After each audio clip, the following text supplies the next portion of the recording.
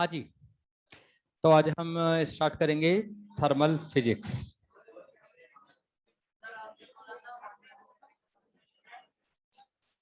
हाँ बेटा, module discussion. अच्छा, एक चीज आपको बता रहा हूं। एक तो डाउट टाइमिंग अब डेली स्टार्ट हो गया है, तो फर्स्ट फ्लोर पर बी ब्लॉक में तो अराउंड 1 से 1.5 घंटा मैं आपको डेली मिल जाऊंगा। तो अब ये आपकी जिम्मेदारी है कि ये आप जो भी डाउट्स, बेटा टेस्ट तो 30 को ही है ना, टाइम डेली चेंज होगा। तो कल का टाइम तो है अराउंड 8:30 टू 9:30। उठ जाना, थोड़ा सा कोशिश कर सकते हो। हाँ बेटा, उठ जाते हो? यदि उठ जाते हो तो ठीक है, और जो नहीं, पार्ट टाइम जॉब भी करते हो। चले तो स्टार्ट करते हैं हमारा। अच्छा, पहले बताओ, आपने मॉड्यूल कर रखा है पूरा? एक्चुअल में उन बच्चों के लिए थोड़ी सी एडवाइस है, जिन बच्चों को थोड़े ज्यादा डाउट्स आते हैं मॉड्यूल में, वो मुझसे काउंटर पे आके पूछ दीजिए। मैं कल की क्लास, जो कल भी मेरी क्लास है आपके बैच में, तो कल मैं करूंगा आपका पूरा डिस्कशन। मॉड्यूल कंप्लीट ही करूंगा, मतलब एक्सरसाइज 2, एक्सरसाइज 3, एक्सरसाइज 1 कंप्लीट, और बिगनर बॉक्स भी। ठीक है ना? जो भी आपके डाउट्स हो सब एक साथ ही अपन डिस्कस कर लेंगे। तो उसमें कुछ बचा के क्या हो गया, पाँव में लग रही है? हाँ जी, तो मैं स्टार्ट कर रहा हूं। आज अपना टॉपिक है थर्मल फिजिक्स। हाँ बेटा, वेकेशंस में डाउट काउंटर अराउंड नहीं लगेगा बेटा।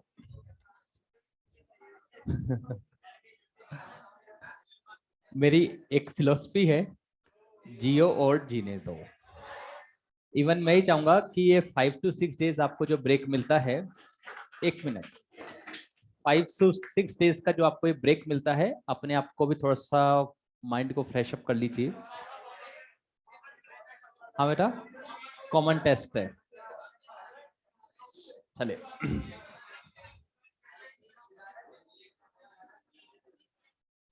Thermal physics. देखिए, ये जो टॉपिक है, यदि मैं इसको नीट के पॉइंट ऑफ व्यू से बात करूं, one of the most important topic है। बिकॉज इसके हर साल 5 से 6 क्वेश्चंस आते हैं आउट ऑफ 45। पहली चीज। दूसरी चीज, क्वेश्चंस डायरेक्ट फॉर्मूला बेस्ड आते हैं। कहने का मतलब है कि यहां पर ऐसा, मतलब जिस बच्चे को यदि 150 स्कोर करना है, मिनिमम 150 प्लस जितना भी स्कोर करना है, उसमें इसका रोल जरूर रहेगा। मतलब इसके 5-6 क्वेश्चन जनरली गलत होते ही नहीं है। ठीक है ना? इसके क्वेश्चन गलत होते ही नहीं है बच्चों से, क्योंकि सीधा फॉर्मूला बेस्ड होते हैं, और फॉर्मूले बहुत सिंपल सिंपल से फॉर्मूले हैं। ज्यादा इधर उधर की बातें नहीं है। क्वेश्चन में डाटा फीड करो, आपके आंसर्स आ जाएंगे। बस इसलिए इस टॉपिक को थोड़ा सा ध्यान से आपको करना पड़ेगा। थर्मल फिजिक्स भी एक्चुअल में वही 5-6 चैप्टर्स का एक सम है, जिसमें अपन कौन कौन से चैप्टर कवर करेंगे और किस सीक्वेंस में कवर करेंगे, ये भी मैं आपको थोड़ा सा एक्सप्लेन कर देता हूँ। वैसे ये आपके दिवाली के वैकेशंस को देखते हुए मुझे सीक्वेंस थोड़ा सा चेंज करना पड़ रहा है, बट क्योंकि मैं चाह रहा हूं कि कोई टॉपिक आपका दिवाली से पहले ही कंप्लीट हो जाए, इन बिटवीन नहीं रहे। तो सबसे पहले मैं स्टार्ट करूंगा बेटा थर्मल एक्सपेंशन। थर्मल एक्सपेंशन नाम से समझ में आ रहा होगा, जनरली हम इसमें क्या डिस्कस करने वाले हैं। किसी भी ऑब्जेक्ट को यदि हम गर्म करते हैं तो उसमें किस तरह का बिहेवियर शो करता है। सॉलिड का एक्सपेंशन हम डिस्कस करेंगे, लिक्विड का एक्सपेंशन हम यहाँ डिस्कस करेंगे, गैसेस का एक्सपेंशन हम दूसरे चैप्टर में डिस्कस करते हैं। ये चीज हमारी यहाँ पर सबसे पहले हम पढ़ेंगे। उसके बाद जो सेकेंड चैप्टर हमारा आएगा, that is calorimetry. Calorimetry actual में मेजरमेंट करने का तरीका, हीट कितनी लग रही है, कितना उसको जरूरत है, वो सब चीजें हम यहाँ पर डिस्कस करेंगे। बहुत फंडामेंटल क्वेश्चंस इसमें आएंगे। दो डिफरेंट डिफरेंट लिक्विड्स को मिक्स कर दिया जाए तो मिक्सचर का टेम्परेचर क्या होगा, आइस को पानी में मिक्स कर दिया जाए तो मिक्सचर का टेम्परेचर क्या होगा, स्टीम में यदि वाटर को मिला दिया जाए तो मिक्सचर का टेम्परेचर क्या हो सकता है। इस तरह की बहुत लार्ज वैरायटी ऑफ क्वेश्चंस आपके सामने आएंगे, उन सबको हम यहाँ पे करना सीखते हैं। और इवन डिफरेंट कुछ स्पेशल डेफिनेशंस वगैरह भी हम यहीं पे सीखेंगे। जैसे लेटेंट हीट क्या होती है, वैसे आप लोग आई थिंक जानते हैं। लेटेंट हीट क्या होती है, आपकी स्पेसिफिक हीट क्या होती है, हीट कैपेसिटीज क्या होती है, ये कुछ बेसिक डेफिनेशंस होती है, वो हमें यहीं पर सीखने को मिलती है। तीसरा चैप्टर जो इस सीक्वेंस में आता है that is KTG, kinetic theory of gases. Kinetic theory of gases में मेनली हम गैसेस के बिहेवियर को समझने की कोशिश कर रहे हैं, और गैसेस भी कौन सी, only ideal gas. Gases real में कौन सी होती है, रियल गैस होती है, लेकिन हम उसकी कुछ कंडीशंस को लेते हैं, उसको आइडियल गैस मानते हैं। उसका बिहेवियर कैसा होता है, कौन से लॉस को वो फॉलो करती है, उन सब के बारे में हम यहाँ पर डिस्कस करते हैं। और फोर्थ चैप्टर जो इसमें आता है दैट इज थर्मोडायनेमिक।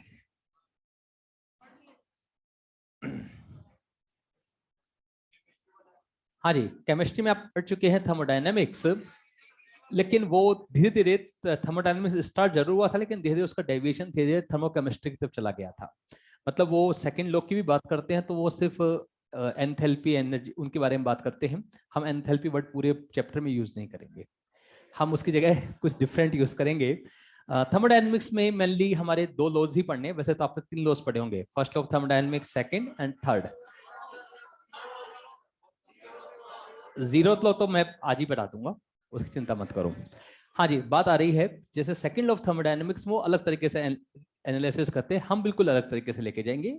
वो एंट्रोपी की डिस्कशन करते हैं, हम एंट्रोपी कम पढ़ेंगे, हम इंजन्स या रेफ्रिजरेटर के बारे में हमें पढ़ना होता है। व्हाट इज इंजन, इंजन आप लोग जानते हो, जैसे गाड़ी का इंजन होता है, पेट्रोल इंजन होता है, डीजल इंजन होता है, स्टीम इंजन, इनकी वर्किंग कैसे होती है, ये कैसे काम करते हैं, उनके एक बेसिक स्ट्रक्चर मैं आपको समझाने की कोशिश करूंगा।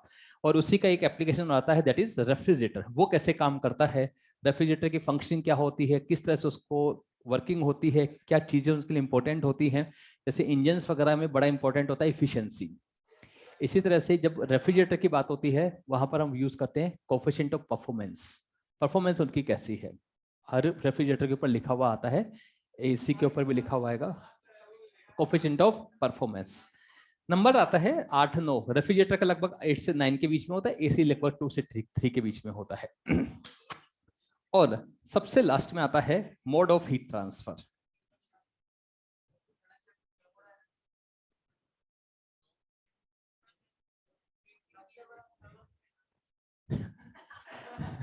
Mode of heat transfer, mode of heat transfer में मतलब हम हीट कैसे सिस्टम से वन बॉडी से अदर बॉडी तक ट्रांसफर हो सकती है, 3 तरीके इसमें होते हैं, कंडक्शन, कन्वेक्शन और रेडिएशन। उनके बारे में हमारा बेसिक डिस्कशन होगा, तो इसी सीक्वेंस से मैं आप लोगों को पढ़ाऊंगा। जनरली हम स्टार्ट करते थे, जनरली अभी तक मैं हमेशा केटीजी से स्टार्ट करता था, क्योंकि ये दोनों चैप्टर इंडिपेंडेंट है, सीधा यहाँ यहाँ यहाँ, फिर इन दोनों के बारे में अलग से डिस्कस हो जाता था। लेकिन अब चूंकि टाइम में ऐसा हो रहा है, कोरोना का सॉरी दिवाली का टाइम है, तो I will start with thermal expansion. ठीक है, हाँ मतलब ये मेरी प्लानिंग है कि मैं थर्मल एक्सपेंशन एटलीस्ट आपका दिवाली से पहले खत्म कर जाऊं, और खत्म नहीं भी होगा तो बिल्कुल इंडिपेंडेंट चैप्टर, उसका अदर चैप्टर से कोई लेना देना नहीं है, तो इसलिए बहुत ज्यादा आपको प्रॉब्लम भी नहीं आएगी। बाकी चैप्टर उसको कहीं अफेक्ट नहीं करते, बिल्कुल इंडिपेंडेंट चैप्टर है। इसलिए कहीं भी पढ़ाओ, सबसे पहले पढ़ाओ या सबसे लास्ट में पढ़ाओ, कोई लेना देना नहीं है, क्योंकि ये इकलौता ऐसा चैप्टर जहां पे सॉलिड के एक्सपेंशन की जनरली बात करते हैं, बाकी सब में गैसेस मेनली इन्वॉल्व होती हैं। ठीक है, चलिए तो हम स्टार्ट करते हैं। अच्छा, इन चैप्टर में से जो सबसे इंपॉर्टेंट चैप्टर हैं वो ये 2 हैं, ये दोनों चैप्टर बड़े इंपॉर्टेंट हैं, इनसे तो हर साल आने हैं। इसी एक्चुअल में मोड ऑफ हीट ट्रांसफर में आपको काफी सारे लॉज सीखने को मिलेंगे। जैसे कंडक्शन में तो अपने बस बहुत सिंपल से लॉज होते हैं, वो एक करंट इलेक्ट्रिसिटी वाला काम चलेगा, लेकिन जैसे ही हम आएंगे रेडिएशन में, उसमें 4-5 थ्योरीज आपको पढ़नी है। नाम सुने होंगे, Stefan's law, Newton's law of cooling, नहीं सुना? नहीं सुना तो बहुत बड़ा, किरचॉफ्स लॉ, ये सब बातें हम इस चैप्टर में करेंगे। और स्पेशली एक बहुत ही स्पेशल बॉडी होती है that is called ideal black bodies, इनका डिस्कशन, रेडिएशन एमिशन, उसके बारे में भी हम डिस्कस करेंगे। आपको नहीं पता है तो बहुत ही अच्छी बात है, बहुत इंटरेस्टिंग चैप्टर है, बस मैं ये आपको बता सकता हूं, बहुत इंटरेस्टिंग चैप्टर्स हैं ये। और इसमें बस एक नेगेटिव पॉइंट है, ग्राफिकल क्वेश्चंस खूब आते हैं, भर भर के ग्राफिकल क्वेश्चंस आएंगे। ग्राफ्स बनाना आपको मैं सिखाऊंगा भी, ग्राफ कन्वर्जन कैसे होता है, जैसे पीवी ग्राफ दिया जाएगा, वीटी ग्राफ बनाना, ये सब कन्वर्जन भी बहुत आते हैं इसमें। मतलब काफी एक बहुत ही इंटरेस्टिंग टॉपिक भी है, लेकिन साथ के साथ बहुत सारी चीजें आपको सीखने को मिलती है।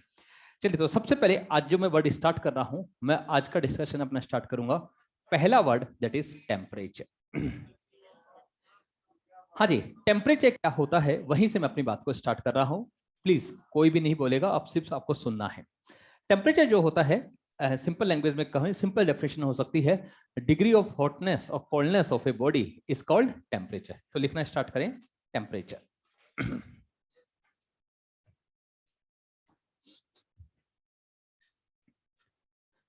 डिग्री ऑफ हॉटनेस और coldness of a body is called temperature.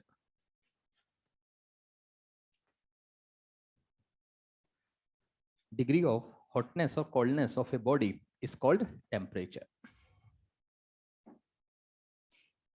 मतलब किसी बॉडी कितनी गर्म है या कितनी ठंडी है, उसका जो मेजरमेंट करने का तरीका होगा वो किससे करते हैं हम? टेम्परेचर से। जैसे कोई ऑब्जेक्ट कितना हल्का है या कितना भारी है, उसका मेजरमेंट हम किससे करते हैं? मास से।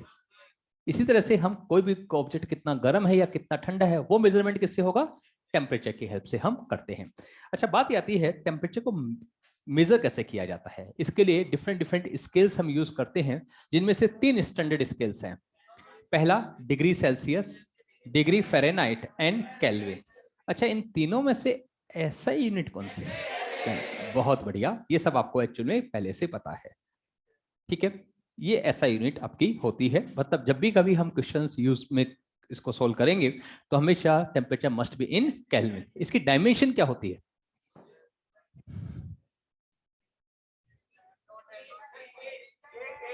अच्छा, अभी तक अपने पूरी मैकेनिक्स 3 डायमेंशन में चल जाती थी, MLT। यहां पर हमें 4th डायमेंशन आती है, थीटा लिखते हैं जनरली, के भी लिख सकते हो, कोई दिक्कत नहीं है। M0 L0 T0 थीटा की पावर 1, कभी कभी के भी लिख लेते हैं, जो भी आप लिखना चाहें वो हम लिख सकते हैं। तो ये तो हो गया टेम्परेचर के बारे में बेसिक चीज। लेकिन टेम्परेचर को, ये तो हो गई बहुत सिंपल सी डेफिनेशन, कोई ऑब्जेक्ट कितना गर्म है या कितना ठंडा है वो हम मेजरमेंट करते हैं टेम्परेचर। मतलब किसी बॉडी का टेम्परेचर ज्यादा है, इसका मतलब क्या बोल सकता हूँ? ज्यादा गर्म है। और कोई ऑब्जेक्ट का टेम्परेचर कम है तो मतलब वो ठंडा है। ठीक है, दूसरी बात आती है, इसकी एक टेक्निकल डेफिनेशन और भी होती है जो दी जाती है 0th लॉ ऑफ थर्मोडायनेमिक्स से। इसकी टेक्निकल डेफिनेशन किससे दी जाती है? 0th law of thermodynamics.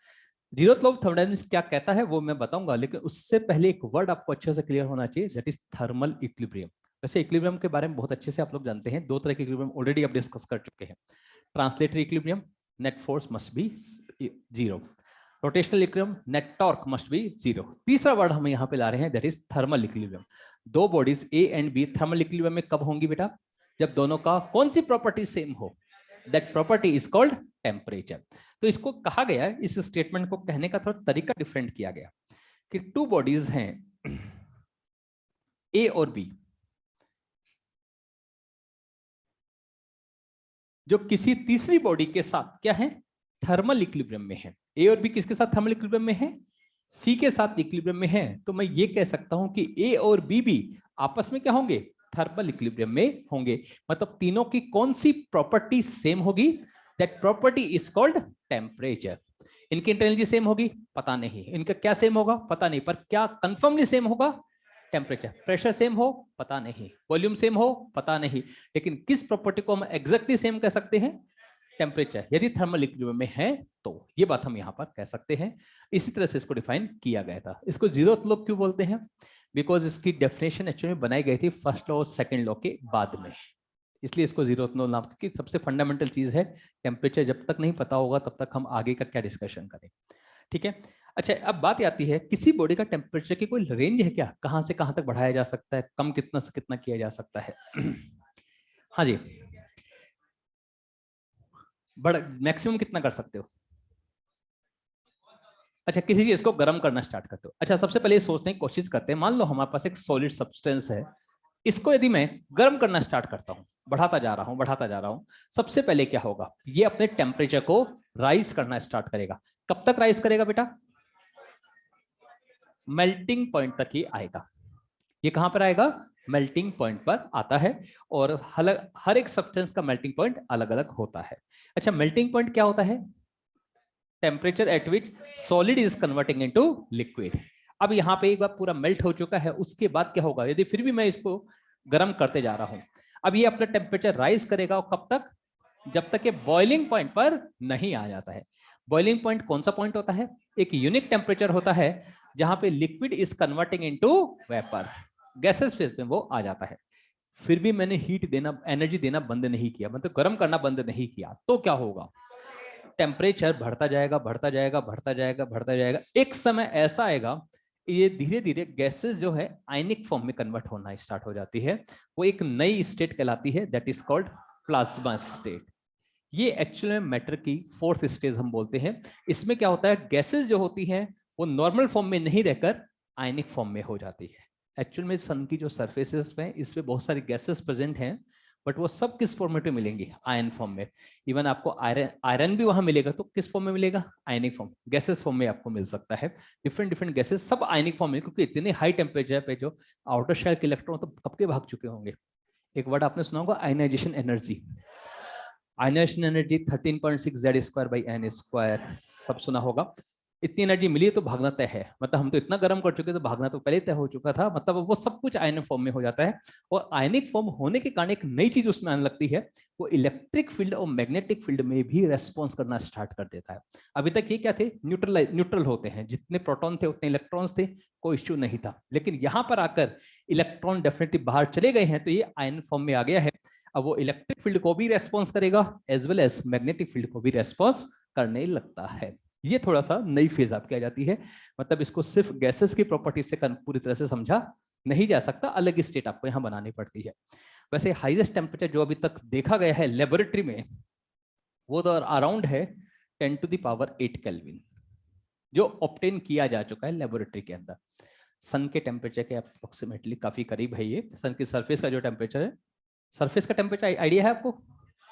5000 6000 kelvin है। ये कोर का टेम्परेचर होता है, लगभग 1 करोड़ केल्विन के आसपास। इतना टेम्परेचर तक ऑब्टेन किया जा चुका है इन लेबोरेटरी यहां पर। अरे बड़े लेवल पे थोड़ी करना होता है बेटा, छोटे लेवल पे करना होता है। इवन न्यूक्लियर फ्यूजन वगैरह जब होते हैं, न्यूक्लियर ब्लास्टिंग वगैरह होती है, वहां पर इसको ऑब्टेन किया जा चुका है। अच्छा, इस तरह से एक और चीज कही जाती है, जो आपका यूनिवर्स फॉर्मेशन हुआ होगा उस समय कहा जाता है कि इतना टेम्परेचर रहा होगा। यूनिवर्स जब फॉर्म हुआ होगा जस्ट आफ्टर बिग बैंग, इतना टेम्परेचर रहा होगा उस जमाने में।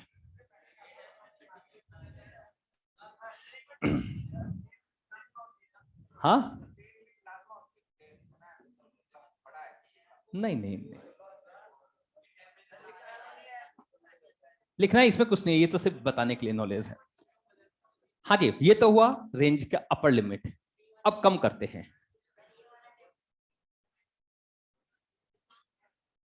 साइंटिस्ट ने कहीं ना कहीं सोचा होगा, अपना कंसर्न नहीं है। चलिए कम करते जाते हैं, कम करते हैं। अब होता क्या है, ध्यान से सुनिएगा, जब किसी बॉडी का टेम्परेचर कम करते चले जाते हैं, सॉलिड के मॉलिक्यूल और ज्यादा पास आने लगते हैं, उनके वाइब्रेशन जो होते हैं मॉलिक्यूल वो भी धीरे धीरे कम होते चले जाते हैं। हम कम करते जाते हैं तो यहाँ पर मैटर की एक नई एक स्टेट आती है, that is called Bose-Einstein condensation. ये आपने सुना होगा। एक्चुअल में इतने कम, ये एक्चुअल में अराउंड 2 to 3 केल्विन के आसपास, 5 to 10 केल्विन के आसपास। एक्चुअल में उस केस में सॉलिड का जो बिहेवियर है वो काफी हद तक चेंज हो जाता है। अभी तक आप जानते हैं सॉलिड में बहुत सारे मॉलिक्यूल्स होते हैं जो इंडिपेंडेंटली बिहेव कर सकते हैं, पर इतने कम टेम्परेचर पे ये मॉलिक्यूल अपनी आइडेंटिटी खो चुके होते हैं। पूरी होल बॉडी ही एक मॉलिक्यूल की तरह बिहेव करना स्टार्ट कर देती है। इवन इसके रेजिस्टेंस वगैरह जो होते हैं, इनकी एनर्जीज वो होती हैं बहुत तेजी से डिक्रीज होती है, कहीं ना कहीं इनका रेजिस्टेंस भी ऑलमोस्ट जीरो हो जाता है।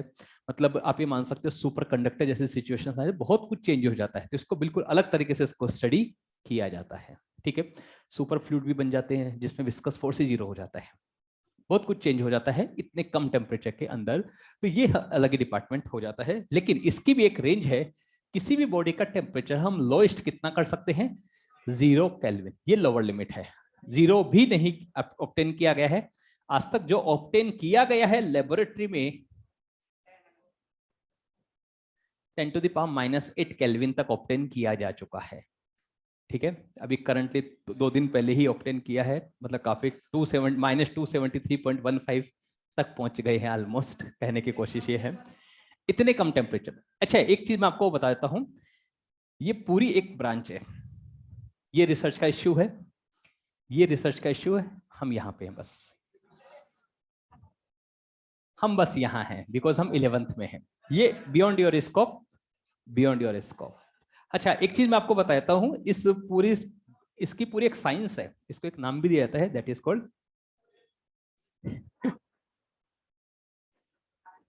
क्रायोजेनिक। क्रायोजेनिक एक साइंस है पूरी, जिसमें लो टेम्परेचर पे बॉडीज के बिहेवियर को स्टडी किया जाता है, और एक्चुअल में इसी से इंस्पायर्ड होते हैं। आप लोगों ने शायद एक मूवी देखी हो, आयरन मैन, सबने देखी है। उसमें एक बहुत ही सीरियस इश्यू को डिस्कस किया गया था कि जब उसने पहली बार वो सूट बनाया था, वो हाइट पे जाता है, धीरे धीरे एक बर्फ की लेयर बनने स्टार्ट होती है। आप जानते हैं, उसने उस प्रॉब्लम को कहीं ना कहीं एड्रेस करने की कोशिश की थी। मतलब जेन्युइन चीज है वो।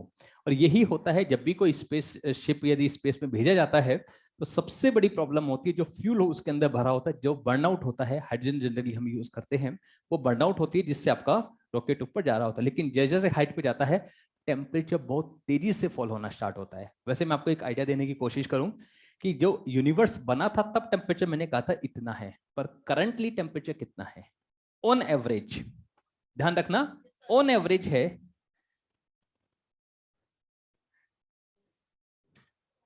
इतना कम टेम्परेचर आज की तारीख, जिसमें एक्चुअली मैंने ऑन एवरेज इसलिए बोल रहा हूं क्योंकि कई जगह सन भी है, अर्थ भी आ गई है, यहाँ पे 300 केल्विन भी है। मतलब ऑन एवरेज, क्योंकि पूरा का पूरा यूनिवर्स मोस्टली खाली है। जब खाली है तो मॉलिक्यूल नहीं होंगे, और मॉलिक्यूल नहीं होंगे तो एनर्जी कहाँ से आएगी, और डेफिनेटली उनके पास टेम्परेचर भी कहीं से नहीं होगा। ठीक है, तो कुल मिलाकर आप ये मान सकते हो, जैसे जैसे आप स्पेस में जाने की कोशिश करते हो, एक सबसे बड़ी चीज आती है कि टेम्परेचर बहुत तेजी से फॉल होता है, और आप जानते हैं इतनी कम टेम्परेचर पे हर चीज सॉलिडिफाई होने की कोशिश करती है। अब इस चीज को कैसे बचाया जाए, एक पूरा इंजन होते हैं, अलग ही टाइप के इंजन यूज किए जाते हैं, that is called cryogenic engine. जो हमारे स्पेसशिप भेजे जाते हैं उन सब में क्रायोजेनिक इंजन होते हैं। ये टेक्नोलॉजी है जो सिर्फ 3 या 4 कंट्री के पास ही है, इंडिया भी उसमें इंक्लूडेड है।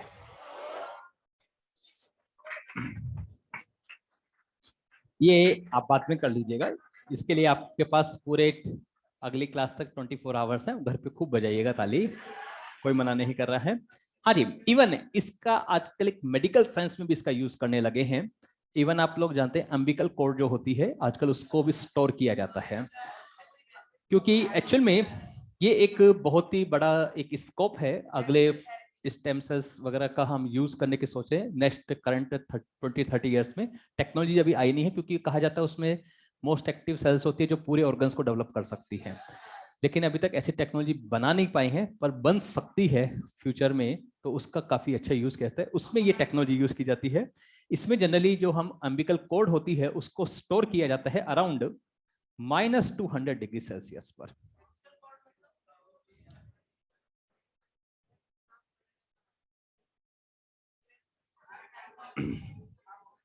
याद आ गया, उसकी बात में चल रहा है, क्योंकि ये बहुत ही एक नया मतलब साइंस है एक तरह से।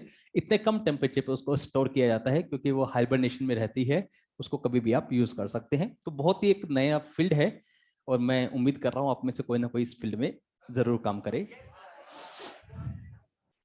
चलिए, ये तो हुआ एक बेसिक डिस्कशन। ये बात सबको क्लियर होनी चाहिए कि टेम्परेचर की क्या रेंज हो सकती है। मिनिमम से मिनिमम तो फिक्स है, 0 केल्विन मिनिमम हो सकता है, उससे कम हम नहीं जा सकते। अपर का कोई आइडिया नहीं है, कहीं तक भी जा सकता है। 10⁻39 तो ऑब्टेन किया जा चुका, बढ़ाओगे कहाँ से, चीज तो किसी न किसी चीज से गर्म ही करोगे, और गर्म फ्लेम का जो टेम्परेचर उससे ज्यादा आप कर नहीं सकते भाई। फ्लेम का जो टेम्परेचर होगा उसी से तो काम करेगा वो, अब कितना टेम्परेचर ले जा सकते हो ये उसके ऊपर डिपेंड करता है।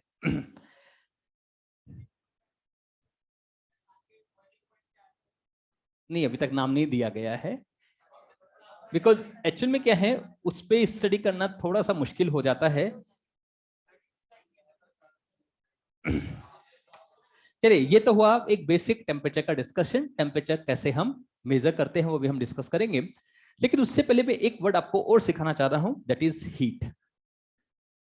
हीट, ये बहुत बार आपके सामने आने वाला है वर्ड, इसके बारे में भी हम थोड़ा सा लिख लेते हैं। लिखो हीट।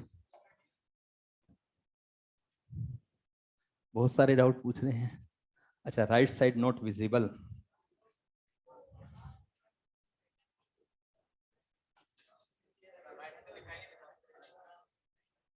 अब तो कुछ है ही नहीं इसमें। अच्छा, उस समय लिख रखा होगा शायद मैंने।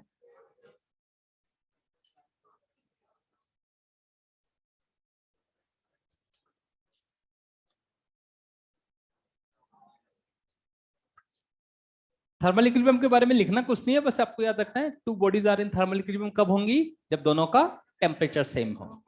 अच्छा, हीट एनर्जी एक्चुअल में किसको, हीट एक्चुअल में एक इसके बारे में लिखें, a form of energy, heat के बारे में लिखें, a form of energy which transferred,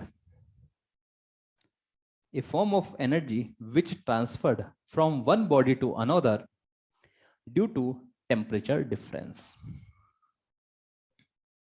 which transferred from one body to another due to temperature difference.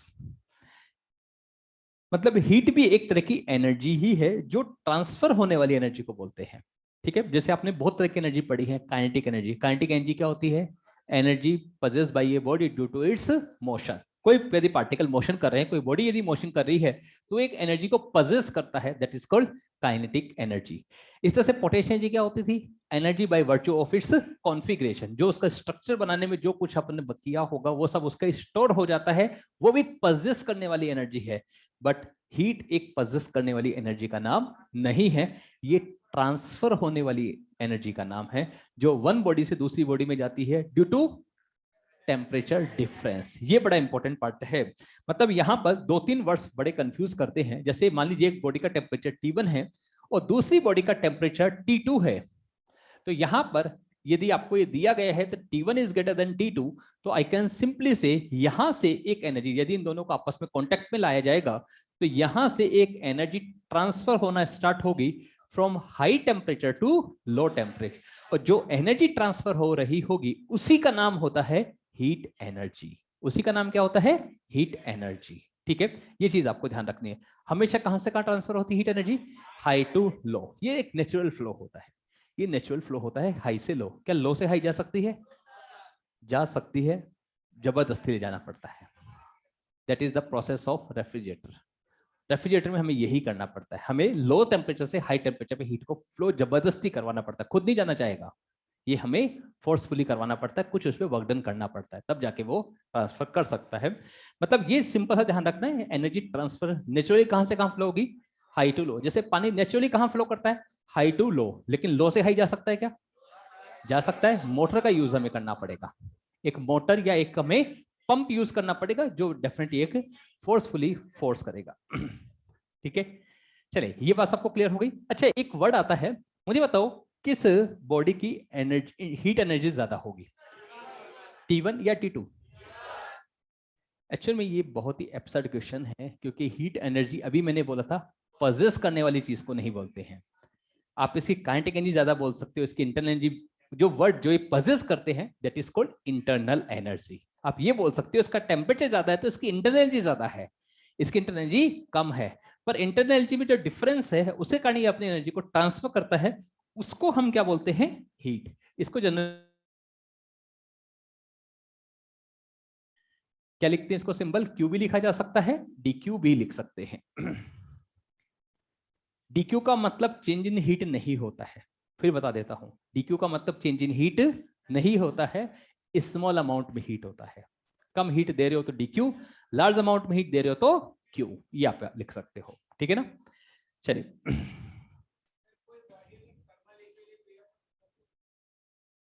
क्या, कैसे बताओगे, तो वहां पे हीट का ट्रांसफर ही नहीं होगा, बिकॉज टेम्परेचर डिफरेंस ही नहीं है। हीट एनर्जी तो हम बताएंगे ही ना, मेजरमेंट तो करेंगे, कितनी हीट की जरूरत पड़ेगी, कितनी हीट देनी पड़ेगी। किसी ऑब्जेक्ट को गर्म करना है, गर्म करना है मतलब उसका टेम्परेचर डिफरेंस था सराउंडिंग के साथ। जैसे फॉर एग्जांपल अभी मेरे पास एक ग्लास भरा हुआ है, बहुत ठंडे पानी से भरा हुआ है, एकदम चिल्ड पानी, बर्फ के पीसेस इसके अंदर रखे हुए हैं। यदि मैं इसको थोड़ी देर यहाँ पे रख दूं, व्हाट विल हैपन, क्या सराउंडिंग के साथ इसका एक टेम्परेचर डिफरेंस है, सराउंडिंग के साथ टेम्परेचर डिफरेंस होने के कारण क्या यहाँ पे हीट एक्सचेंज होना स्टार्ट होगा, कहां से कहां बेटा, हाई से लो।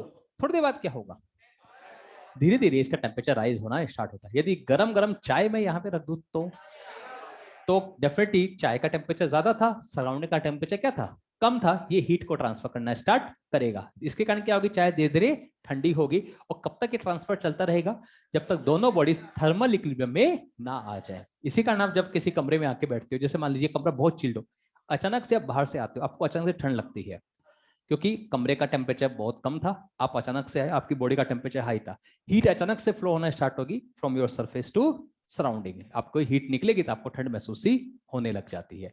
यदि एकदम गर्म कमरे में आए तो वो हीट आपकी एब्जॉर्ब भी करता है। अब यही एक्चुअली में आपको मैं सिखाऊंगा, 3 तरीकों से हीट का ट्रांसफर होता है from one body to another. कौन कौन से तरीके थे?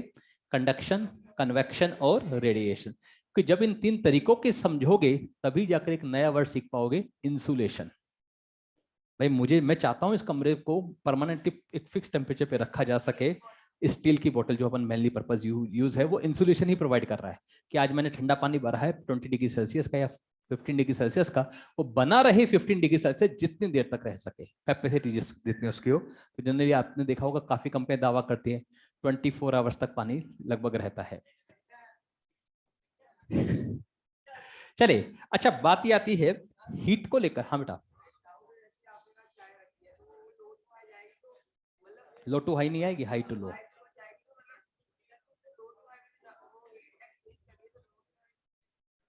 वो जाएगी, और रेडिएशन में बताऊंगा मैं अभी इतना सब चीजें मैं अभी नहीं बताऊंगा। वो रेडिएशन में कहा था कि हर एक बॉडी कंटिन्यूअस रेडिएशन को एमिट भी करती है और कंटिन्यूअस रेडिएशन को एब्जॉर्ब भी करती है। That is process of radiation. हाँ जी, इसके लिए जो यूनिट हम जनरली यूज करते हैं, एक्चुअल में इसको लेकर भी बहुत सालों तक मिसकंसेप्शन रहा था कि हीट को एक डिफरेंट टाइप की एनर्जी माना था, बट ये कहा गया था कि एनर्जी जरूर है लेकिन इसको किसी फॉर्म में कन्वर्ट नहीं किया जा सकता। फिर एक साइंटिस्ट थे, उन्होंने एक्चुअली बताया था नहीं, इसको आराम से आप कन्वर्ट कर सकते हो in other form of energy.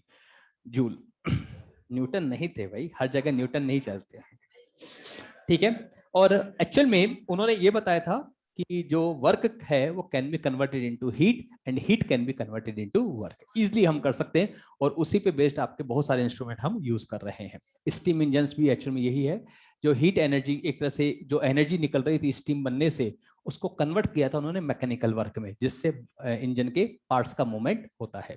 जैसे एक सिंपल एग्जांपल मैं आपको देना चाहूं, work can be converted into heat. अभी मैं क्या कर रहा हूं, वर्क कहां जा रहा है, हीट में कन्वर्ट हो रहा है, इजीली आप कन्वर्ट कर सकते हो। उल्टा प्रोसेस भी किया जा सकता है, मतलब जब तक उन्होंने ये बात नहीं कही थी तब तक इसको एनर्जी जरूर बोला था, बट इसको बिल्कुल अलग तरीके से ट्रीट करते थे, किसी फॉर्म में कन्वर्ट नहीं की जा सकती। इसके लिए काफी सालों तक इसकी यूनिट भी अलग ही यूज की गई थी, दैट इज कैलोरी। इसकी यूनिट क्या थी पहले, कैलोरी, ठीक है। बाद में जब जूल ने इनको कनेक्ट किया तो उन्होंने बाद में बता ही दिया था कि 1 कैलोरी इज इक्वल टू कितना होता है, 4.2 जूल। जूल साइंटिस्ट का नाम है। आप लोग को चीजें बड़ी आसान सी लगती हैं क्योंकि आप कई जनरेशन से देखते आ रहे हो, उन चीजों से गो थ्रू होके आ रहे हैं, इसलिए आपको इजी लगती हैं चीजें। जो चीजें आज से 10 साल पहले मोबाइल के बारे में सोचना इम्पॉसिबल था, आज आपको लगता है मोबाइल में तो सब कुछ आ ही चुका है। पहले अलार्म घड़ी खरीदते थे हमारे टाइम पर हम। हाँ, तो वो एक्चुअली पेरेंट्स को आप पे भरोसा है ना कि आप मोबाइल का क्या करते हो।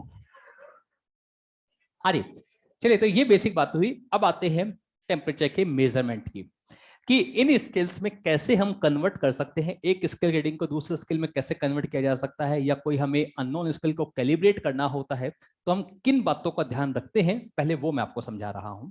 इसको लेकर एक्चुअली में 2 थ्योरीज है। एक है old thermometry, thermometry in the sense temperature का मेजरमेंट के, इस पूरी एक ब्रांच है जिसमें डिफरेंट टाइप ऑफ स्केल्स को हमें डिस्कस करना होता है।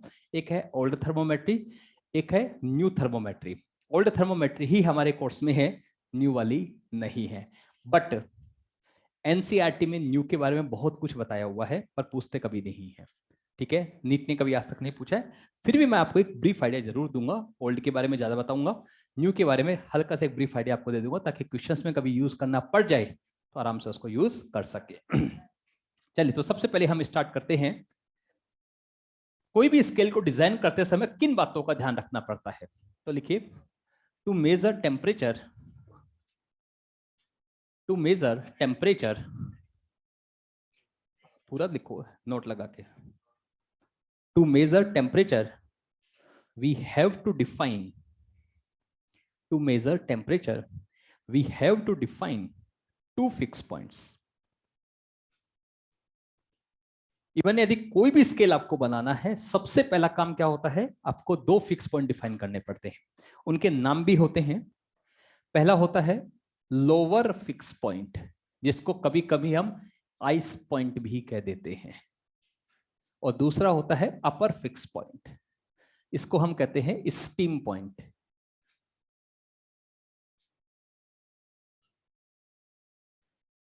ये अलग अलग होते हैं, हर एक स्केल में अलग अलग डिजाइन किए गए थे। सेल्सियस स्केल में इनकी वैल्यूज अलग होती हैं, फ़ारेनहाइट में इनकी रीडिंग अलग होती है, केल्विन में इसको अलग माना गया था। एक और अलग स्केल है that is called rumour scale, Rankine scale. Even आप अपने नाम से भी स्केल बनाना चाहें तो उसके लिए भी आपको ये दोनों पॉइंट पहले डिफाइन करने पड़ेंगे कि हम इसको क्या अज्यूम कर रहे हैं। अब ये डिजाइन कैसे किए जाते हैं उसका थोड़ा सा आइडिया मैं आपको देता हूं। हम क्या करते हैं, एक कंटेनर लेते हैं, इसमें हम वाटर प्लस आइस दोनों को एक साथ रखते हैं।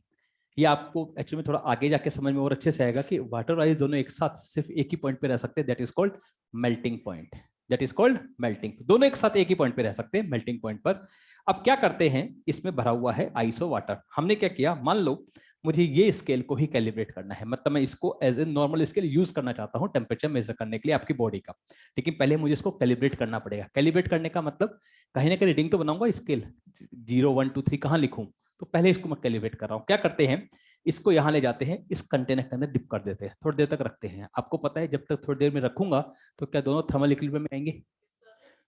मान लो इसके अंदर कोई लिक्विड भरा हुआ है, पतली सी ट्यूब थी, इसके अंदर कोई लिक्विड भरा हुआ है, हमने लिक्विड को भरा, हमने देखा कि लिक्विड का जो लेवल आ रहा है, सपोज करो यहाँ कहीं आ रहा है, हमने इसको क्या कर दिया, मार्किंग दे दी है कि ये हमारा कौन सा पॉइंट बन गया बेटा, लोअर फिक्स पॉइंट। क्या पॉइंट बना, लोअर फिक्स पॉइंट। अब वो अलग अलग साइंटिस्ट ने इसको अलग अलग वैल्यू दी थी। सेल्सियस ने इसको रीडिंग दी थी 0, फ़ारेनहाइट ने इसी को बोला था 32, केल्विन ने इसी को बोला था 273.15, र्यूमर स्केल में इसको बोला गया था 0 डिग्री आर। ठीक है, हर एक साइंटिस्ट ने अलग अलग वैल्यू दी। आपके दिमाग में क्वेश्चन जरूर आएगा, कैसे डिसाइड किया, बाय चॉइस, उनकी चॉइस, जो उनको अच्छा लगा उन्होंने ले लिया, इसमें हम कुछ नहीं कर सकते। इवन हम अपने नाम से भी लेना चाहें तो हम अपने हिसाब से भी कोई डिजाइन कर सकते हैं। क्वेश्चन करेंगे अपन, उसमें हम अपने नाम से, हम अपने नाम से, जैसे फॉर एग्जांपल मैं अपने नाम से लिखूं 10 डिग्री एम, ठीक है, तो ये हम कर सकते हैं। सबसे पहला पॉइंट तो ये हुआ। सबसे पहले क्या डिसाइड किया अपन ने, lower fix point. Second point आता है, अब अपर फिक्स पॉइंट डिसाइड करते हैं। थर्मल इक्विलिब्रियम में आ ही जाएंगे जब इसको डिप करूंगा तो, लिक्विड का लेवल। अब क्या करते हैं, दूसरा कंटेनर लेते हैं, इसी को नहीं, दूसरा कंटेनर लेते हैं, उसमें हम वाटर प्लस स्टीम का मिक्सचर रखते हैं। अच्छा, वाटर और स्टीम डेफिनेटली हाई टेम्परेचर पे रहेंगी, कौन सा पॉइंट आएगा, बॉइलिंग पॉइंट। बॉइलिंग पॉइंट पे अब उसी ट्यूब को वापस डिप करते हैं, डेफिनेटली अब ज्यादा हाई टेम्परेचर रहेगा, तो क्या लिक्विड का लेवल राइज करेगा। मैंने माना लिक्विड का लेवल यहाँ पे राइज कर गया है, यहाँ पे आ गया है, कोई दूसरी रीडिंग आ रही है, ये लोअर फिक्स पॉइंट था, ये अपर फिक्स पॉइंट था, दोनों फिक्स पॉइंट मैंने डिसाइड कर लिए हैं। अब अलग अलग साइंटिस्ट ने इसको अलग अलग वैल्यू दी। सेल्सियस ने इसको दिया 100, केल्विन फ़ारेनहाइट ने दिया 212, केल्विन ने दिया 373.15 और र्यूमर ने दिया इसको 80। इन्होंने अपने हिसाब से नाम दे दिया है। सबसे पहला काम आपका यही होगा, कोई भी स्केल आपको दिया जाए, सबसे पहला काम आपको 2 फिक्स पॉइंट आपको डिफाइन करने पड़ते हैं। इवन मैं ऐसे क्वेश्चन भी कराऊंगा कि अननोन स्केल हमें बनाना है, तो मैंने उसका लोअर फिक्स पॉइंट आपको दे दूंगा, अपर फिक्स पॉइंट दे दूंगा, तो बताओ उस स्केल के अंदर हमारी बॉडी का टेम्परेचर कितना मेजर वो कर रहा होगा। ऐसे क्वेश्चन भी अपन करेंगे। ये तो सबसे पहले अपना काम होगा, lower fix point and upper fix point हमें डिफाइन करना पड़ता है। नाउ अब यदि किसी भी स्केल की रीडिंग हमें मेजर करनी हो, जैसे हमें यहाँ पे सेल्सियस रीडिंग मेजर करनी है, इसकी फ़ारेनहाइट स्केल, इसकी केल्विन और इसकी र्यूमर स्केल में यदि हमें मेजर करनी हो, तो यहाँ पर एनी स्केल के लिए एक फॉर्मूला होता है, वो आपको डायरेक्टली यूज करना होता है। करते हैं, अपने यहाँ यूज नहीं करते। फॉर एनी स्केल, किसी भी स्केल के लिए इसका एक जनरल फॉर्मूला होता है, x minus lower fix point divided by upper fix point minus lower fix point is equal to constant. किसी भी स्केल के लिए ये रेशियो हमेशा क्या होता है बेटा, कांस्टेंट होता है। ये सिंपल सा इसका फॉर्मूला होता है। अब इसको कैसे मैं इन सबके साथ यूज कर सकता हूं, जरा वो मैं आपको समझाता हूं। यहाँ पर x जो है, इसको आप सिंपली बोल सकते हो reading of A given scale. जैसे सेल्सियस स्केल में रीडिंग क्या होगी, C, लोअर फिक्स पॉइंट कितना है 0, अपर फिक्स पॉइंट कितना है 100, -0। ये कौन से स्केल में हुआ? सेल्सियस। फ़ारेनहाइट में क्या लिखोगे? F -32 divided by 212 -32 is equal to, scale में क्या लिखोगे? K -273.15 divided by 0.15 minus is equal to, Reaumur scale के लिए क्या लिखोगे? R -0 upon 80 -0। इस तरह से हम किसी भी स्केल को आपस में कंपैरिजन कर सकते हैं। ये इसका सिंपल सा फॉर्मूला होता है। देख लो यहां तक।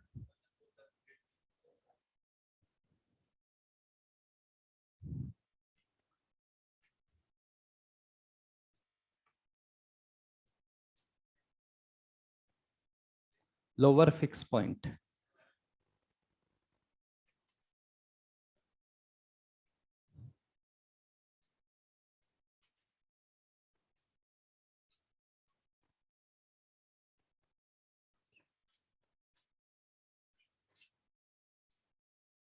तो किसी भी स्केल के लिए ये रेशियो हमेशा कांस्टेंट होता है।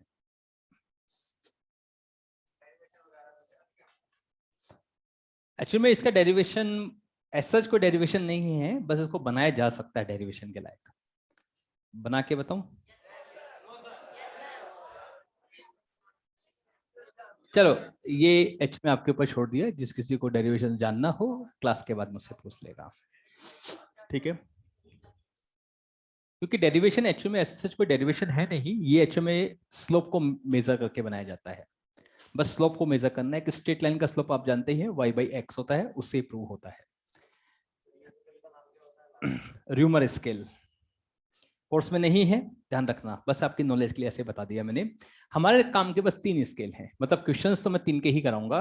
र्यूमर स्केल जस्ट आपकी नॉलेज के लिए यहाँ पर कुछ अलग से लिख दिया है, बाकी आज तक कोई क्वेश्चन नहीं आया और अगले 50 साल में भी नहीं आएगा।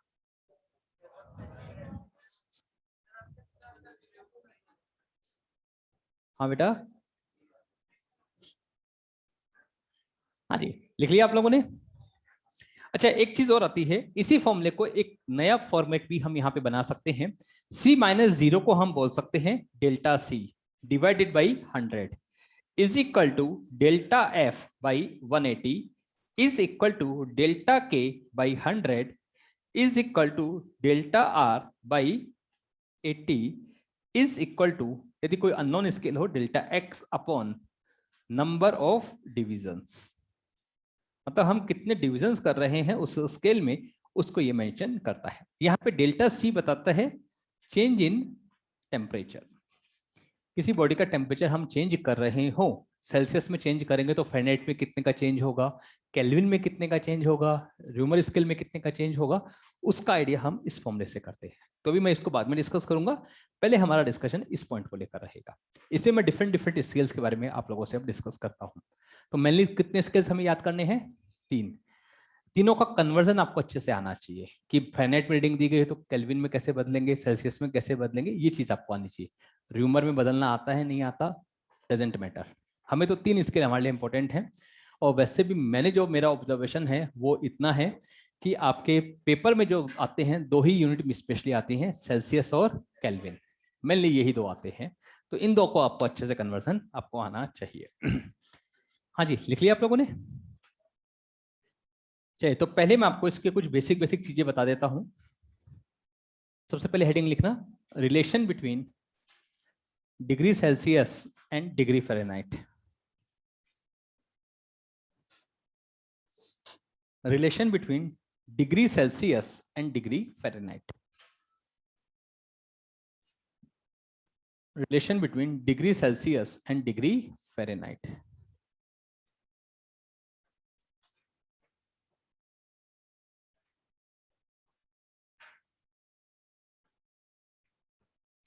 डिग्री सेल्सियस और डिग्री फ़ारेनहाइट में रिलेशन क्या होता है वो हम डिस्कस करने जा रहे हैं।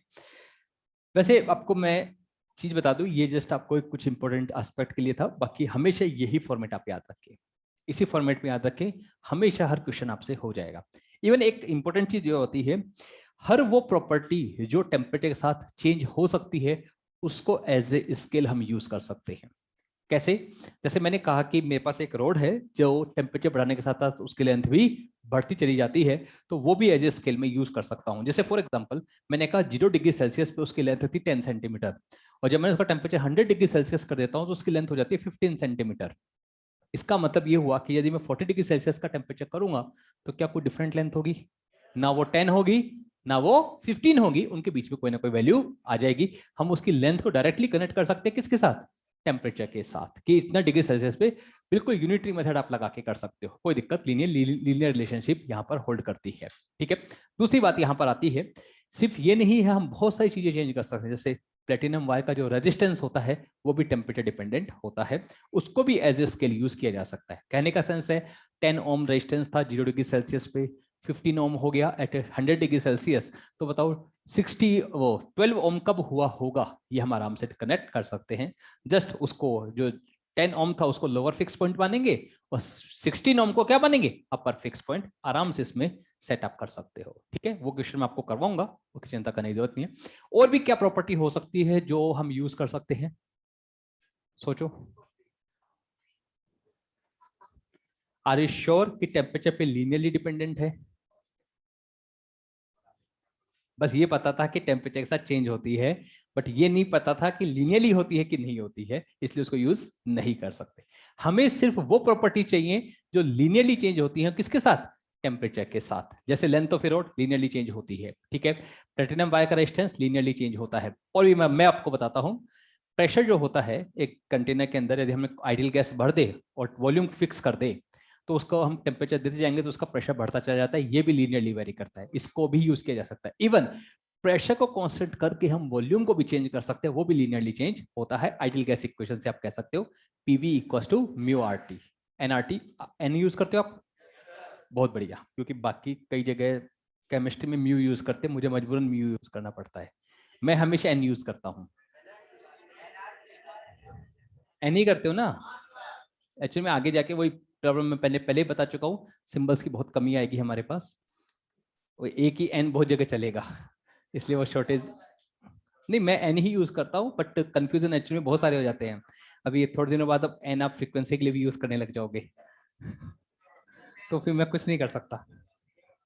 ठीक है, तो वो रहेगा कंफ्यूजन, मैं तो अपने काम की बात कर रहा हूं। तो बहुत सारी प्रॉपर्टीज हैं, जो भी प्रॉपर्टी लीनियरली वेरी करती हो टेम्परेचर के साथ, उन सबको कैलिब्रेट हम करवा सकते हैं एज ए स्केल, उनको हम स्केल की तरह यूज कर सकते हैं। ठीक है, चलिए तो अब आते हैं रिलेशन किस किस के बीच में डिस्कस कर रहे थे हम? डिग्री सेल्सियस और फ़ारेनहाइट। क्या यही रिलेशन है? जरा सोल्व करो कितना आता है। C/100 is equal to F-32/180। आपने सोल्व किया होगा, ये 5 आएगा, ये 9 आएगा, तो F इज इक्वल टू आपको पता होगा 9/5C प्लस 32। होता है कि नहीं होता? ये हम यहां पर लिख सकते हैं। अच्छा, यहाँ पर C जो है सेल्सियस स्केल में कोई रीडिंग आपको दे दी जाए, आप उसको इजीली कन्वर्ट कर सकते हो by this formula into Fahrenheit. अच्छा बताओ, एक हेल्दी पर्सन का टेम्परेचर इन डिग्री सेल्सियस कितना होता है? 37 डिग्री सेल्सियस। कोरोना ने अच्छा याद करवा दिया होगा, कोरोना से पहले तो 37 का 38 भी कर याद नहीं रहता था, तो हो जाता था, लेकिन अब याद करना पड़ता है, क्योंकि हल्का सा भी ऊपर आता है तो बुखार शो हो जाता है। चलिए आगे से ध्यान से सुनिएगा। अच्छा, एक ऐसा टेम्परेचर भी होता है, एक यूनिक टेम्परेचर होता है जिसपे दोनों की रीडिंग सेम होती है, दैट इज -40 डिग्री सेल्सियस या डिग्री फ़ारेनहाइट। ये कोरोना याद नहीं करवाएगा। चलो ठीक है, हाँ जी, ये लिख लिया आप लोगों ने? अच्छा एक चीज मुझे बताओ, मैं एक छोटा सा क्वेश्चन पूछता हूं, खुरापाती विचार। डिग्री सेल्सियस और डिग्री फ़ारेनहाइट के बीच में ग्राफ बनाना चाहता हूं। ये तो समझ में आता है लीनियर होगा, पर कैसा होगा? स्ट्रेट लाइन होगा? कैसी स्ट्रेट लाइन होगी? ऐसे ऐसे? अच्छा चलो ऑप्शन देता हूं, ये 1 ऑप्शन, ये 2, ये 3, ये 4, कौन सा ऑप्शन होगा? 1 मिनट। 1, 2, 3, 4। कितने कहते हैं 1? कितने कहते हैं 2? कितने कहते हैं 3? और कितने कहते हैं 4? और कितने एज यूजुअल कंफ्यूज्ड?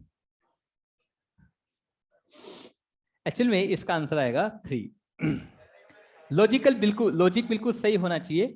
मैंने एक्चुअली में थोड़ा सा आपको पजल्ड करने के लिए मैंने ये पैरामीटर्स एक्सचेंज कर दिए थे। यदि ये y होता, ये x होता, तो सिंपल सा है, स्लोप पॉजिटिव, इंटरसेप्ट पॉजिटिव, तो ये बनता। लेकिन मैंने थोड़ा सा ट्रिकी कर दिया।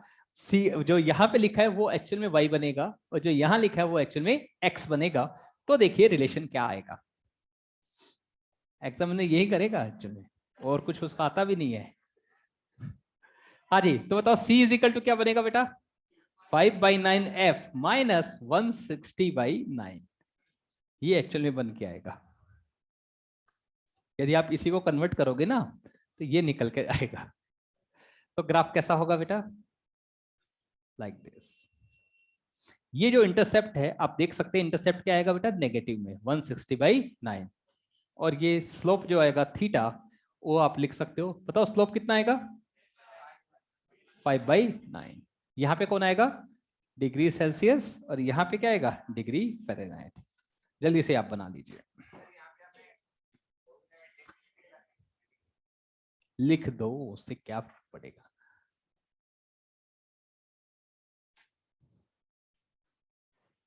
अब हम उस स्टेज पे आ चुके हैं, छोटी मोटी गलतियां माफ हो जाती हैं।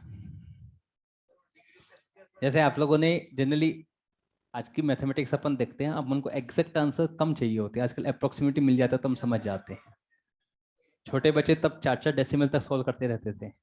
अब क्या होता है, थोड़ा बहुत आइडिया दे दो हम निकाल लेंगे, बस वही होता है। 9.10 में काम चला लिया। अच्छा, बड़े वाले जी लिया ही नहीं, चलो बढ़िया। तो ये होता है, थोड़ा बहुत अप्रोक्सीमेशन अपने यहाँ पर चलता है। मतलब अपने यहाँ पर किसी भी, इंडिया में नहीं, हर जगह ये होता है, 5% एरर अलाउ होती है। एरर इसी कारण पढ़ाते हैं कि हर चीज में एरर अलाउ होती है। मैक्सिमम लिमिट जो होती है वो होती है अराउंड 5%। 5% तक है तो मतलब चलेगा इतना। तो आप लोग कभी लेबोरेटरी गए नहीं हो, एक बार आप लेबोरेटरी में जाके जी की वैल्यू कैलकुलेट करना, बहुत यूनिक आंसर आपको मिलते हैं, बहुत यूनिक आंसर्स मिलेंगे। इसका यूज एक्चुअली में सबसे पहले सिखाया जाता है कंपाउंड पेंडुलम, वो आपके कोर्स में ही नहीं है, स्कूल में है। कंपाउंड पेंडुलम एक बड़ी सारी रोड आती है, उसको ऐसा ऑसिलेट करवाते हैं, ऑसिलेशन चल रहा है ना, उससे हम जी की वैल्यू कैलकुलेट करवाते हैं। उससे एग्जैक्टली आनी कितनी चाहिए वैल्यू? 9.8। आपके आएंगे 8.1, 7.9 जी की वैल्यू, ये निकल कर आएंगी आपकी, आएंगी। और सही मानना पड़ता है क्योंकि हमारे इंस्ट्रूमेंट ही ऐसे है। आपकी यदि 9.8 आ रही है तो फिर काट दिया जाता है, क्योंकि 9.8 आ ही नहीं सकता, इंस्ट्रूमेंट ही खराब है। ये एक्चुअल में बहुत बड़ी चीज है। ये एक्चुअल में ये दिखाने की कोशिश करते हैं कि एक्चुअल में आप रियल में कर भी रहे हो कि जबरदस्ती सेटिंग कर रहे हो। कईयों को पता हो ना आंसर मुझे ये लाना है, कैसे लाना है मैं ले आऊंगा। यहाँ पर ऐसा नहीं होता है। जब प्रैक्टिकल करने जाओगे तो रियल में बहुत सारी सिचुएशंस आएंगी आपके सामने कि ऐसा हो ही नहीं सकता। आपने ऑसिलेट करवा रहे हो, उसमें कहते हैं 10 से 15 ऑसिलेशन का टाइम पीरियड आप लो, हमें तो पता ही नहीं चलता ऑसिलेशन कब खत्म हुआ। आप एक चीज को ऐसे ऑसिलेट करते हो, आप सोचते हो एक्सट्रीम पॉइंट आए तब वापस लौटे तब लिखना स्टार्ट करूं, तब तक तो पता नहीं कहीं पहुंच चुका होता है, स्टॉप वॉच ही बंद करना भूल गए। ये होगा आपके साथ भी, लेकिन वो तब होगा जब स्कूल जाओगे। चलिए ये लिख लिया आप लोगों ने, एक नोट जरूर लगा के लिख लीजिएगा। At -40 degree Celsius, at -40 degree Celsius, Celsius scale and Fahrenheit scale have same reading. At -40 degrees Celsius,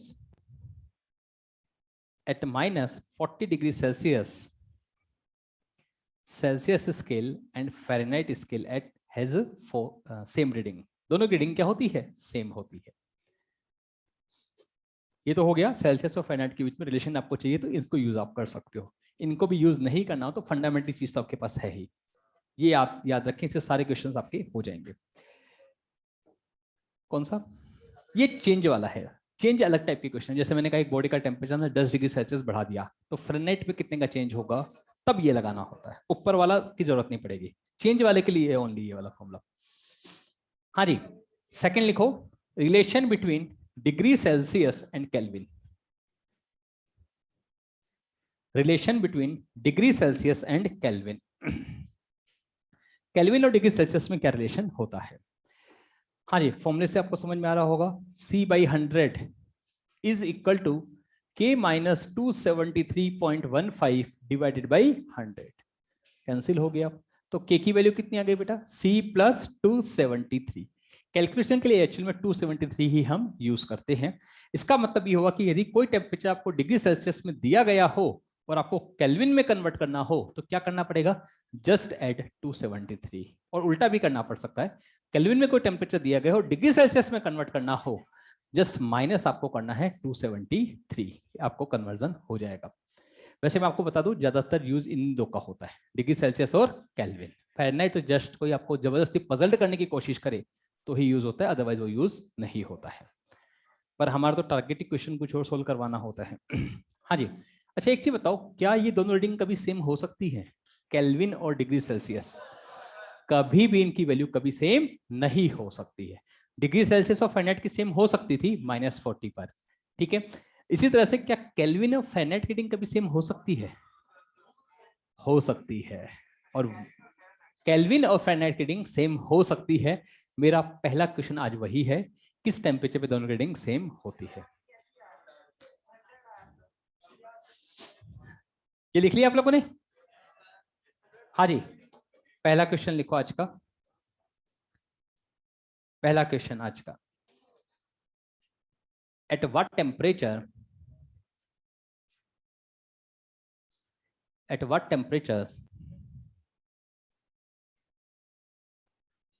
कितना? 273, 233। सेटिंग को जबरदस्त, इधर भी 233 आया।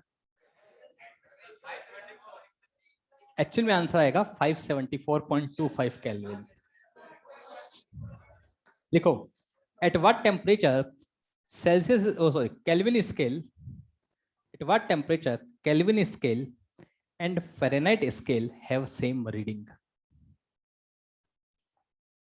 Kelvin scale and Fahrenheit scale have same reading. अब यहाँ पे इसको करेंगे कैसे? रीडिंग सेम करनी है, इसका मतलब ये हुआ जहां पे K लिखा हुआ है और जहां पे F लिखा हुआ है, दोनों वैल्यू सेम होनी चाहिए। इसका मतलब यदि मैं इसको X अज्यूम करूंगा तो इसको भी X मानना पड़ेगा, ये इसका मतलब होता है। तो यदि आप इसको सोल्व करेंगे तो ये बनेगा बेटा x minus 32 divided by 180 is equal to x minus 273 divided by 100। ये दोनों का कंपैरिजन होगा, दोनों की रीडिंग सेम करना मतलब दोनों को x x आप मान सकते हैं, और एक्चुअल में ये x ही मुझे निकालना है। देखो ये कितना हुआ बेटा 9, ये कितना हुआ 5, क्रॉस मल्टीप्लाई कर दो। 5x minus 160 is equal to 9x minus, इन दोनों का आपस में मल्टीप्लाई करो, कितना आता है 2457, ये आएगा। थोड़ा और सिंप्लीफाई कर लो इधर लाके, 4x इज इक्वल टू, ये आ जाएगा माइनस करके 2297। तो x की वैल्यू कितनी आएगी 2297 divided by 4 which is equal to 574.25 kelvin बोलो या फ़ारेनहाइट बोलो, एक ही मतलब है। ये इसका एक्चुअल में आंसर आएगा। ये 233 कहां से आया था वो समझाओ मुझे लोजे।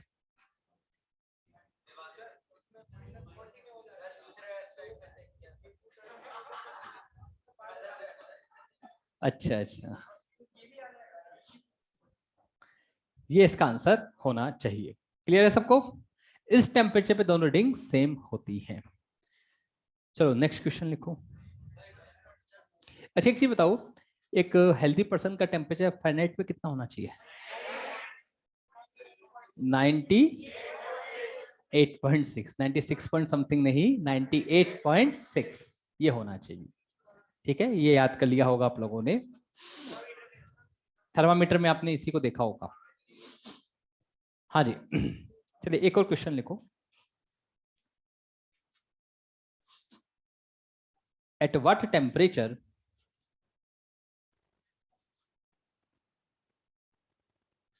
Fahrenheit scale reading, at what temperature Fahrenheit scale reading is double as that of Celsius scale reading? At what temperature Fahrenheit scale reading is double as that of Celsius scale reading? इसका मतलब ये हुआ कि Celsius में जो भी वो read करे फ़ारेनहाइट में जस्ट उसका डबल शो कर रहा हो। किस टेम्परेचर पे ये होगा?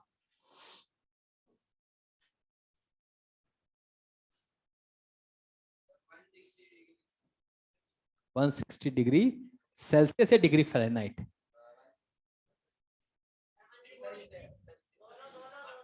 दोनों सेम है ही नहीं। सेल्सियस। तुमने एक्स को माना है, पहले बताओ, सेल्सियस को माना है कि फ़ारेनहाइट? जिसको एक्स मानोगे वो उसकी यूनिट लगेगी।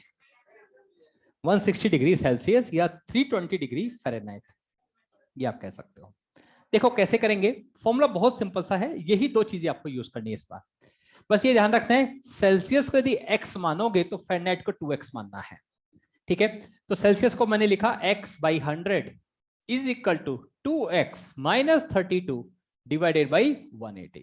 लिख सकते हो नहीं? क्रॉस करो 5, क्रॉस करो 9, क्रॉस मल्टीप्लाई करोगे 9x is equal to 10x minus 160। तो x की वैल्यू सिंपली कितनी आ गई? 160। लेकिन यूनिट किसकी लगेगी? x की। 160 डिग्री सेल्सियस और 320 डिग्री फ़ारेनहाइट, क्योंकि उसको 2x माना गया है। ये आपका आंसर हो जाएगा। ठीक है, क्लियर हुआ सबको? चलिए अब एक और क्वेश्चन लिखते हैं। कुछ अननोन स्केल के बारे में हम डील करते हैं। Unknown scale in the sense जिसको आज से पहले अपन ने कभी सुना ही नहीं, उसके लोअर फिक्स पॉइंट अपर फिक्स पॉइंट मुझे खुद को डिफाइन करने पड़ेंगे। कर क्यों रहे हो तो जुगाड़? जुगाड़ करने का सबसे अच्छा तरीका बताऊं? अक्कड़ बक्कड़ बम्बे बो 80 90 पूरे 100। अब उसमें जुगाड़ कई बार सेट हो जाएगा, कई बार नहीं होगा, क्योंकि कई बार आप कहीं और से स्टार्ट करो, हर बार वन से मत स्टार्ट करो, अक्कड़ बक्कड़ कहीं और से भी स्टार्ट कर सकते हो जुगाड़ करना हो तो। आके हाँ, और एक और अच्छा जुगाड़ भी चलता है, आंखें बंद करी जय माता दी। ये भी किया है। जब तक नेगेटिव मार्किंग नहीं होती तब तक लाइफ में कुछ भी कर सकते हो, रिस्क। पर आप लोग समझदार हैं, ये चलता नहीं है तरीका। मतलब इन चीजों में बहुत स्मार्टनेस आपकी जरूरत होती है। कई बार ऐसा भी होता है, जैसे दो ऑप्शंस भी होते हैं, मतलब आउट ऑफ 4 ऑप्शन आपने 2 ऑप्शन रिजेक्ट भी कर देते हो, तो भी 2 ऑप्शन में इतना रिस्क तो लेते होगे कि 4 में से 2 तो रिजेक्ट हो गए, 2 बचे हैं तो रिस्क लेते होगे या उनको भी छोड़ जाते हो? इतना रिस्क लेना चाहिए लाइफ में, 50-50 वाले चांसेस तो आपको लेने चाहिए। ठीक है, चारों में ही कंफ्यूज हो तो फिर मत लेना, बट 2 ऑप्शन हो तो आप ले सकते हो।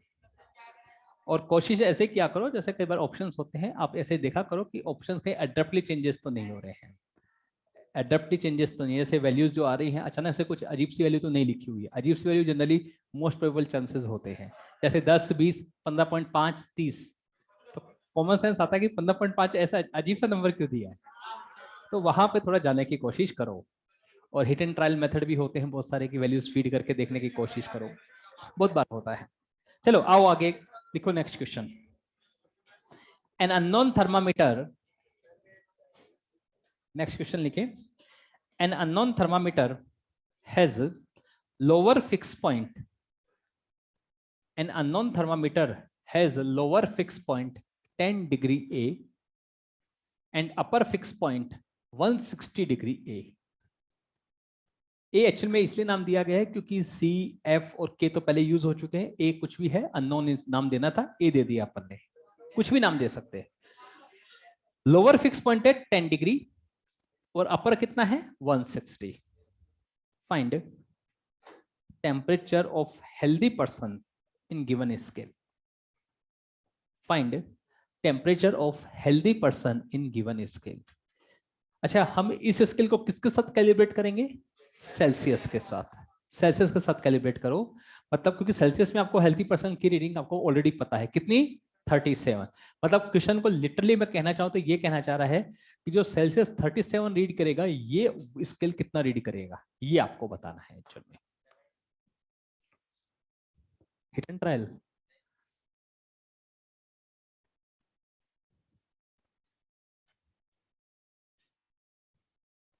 Lower fix point 10 degree A है और अपर फिक्स पॉइंट है 160 डिग्री ए।